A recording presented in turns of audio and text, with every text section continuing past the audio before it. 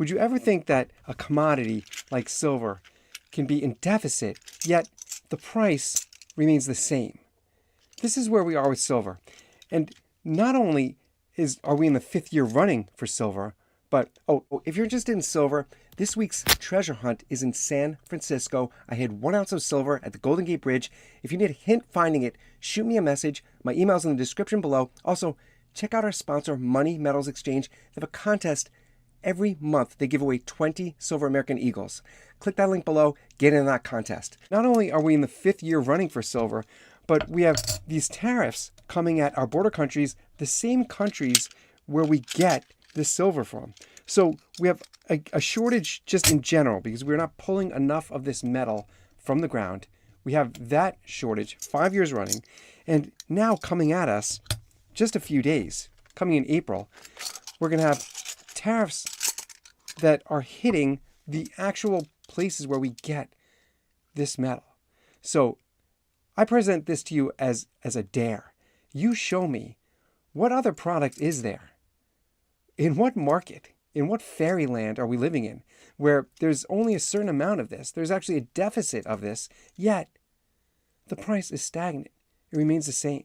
And it shouldn't be a shock that dealers are just bleeding cash, right? Everyone's cashing out gold. They're also cashing out silver for 3 months running. It shouldn't be a surprise that dealers are feeling so frustrated and really feeling like they don't know how exactly they're going to continue. How can they?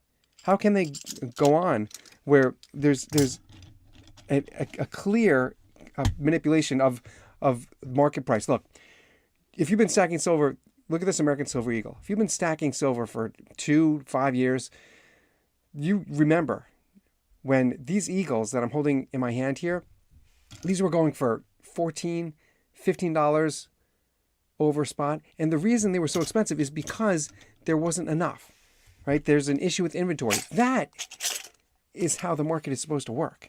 So as frustrated as we were when this was happening with these eagles, as frustrating as I was, I remember those days clearly, at least it made sense. There was only a certain amount of supply. There was a lot of demand. So yeah, the premiums shot up, and that's how a market works. But now, what we're seeing with silver and this stagnant price, sure, it's making both parties. It's making dealers feel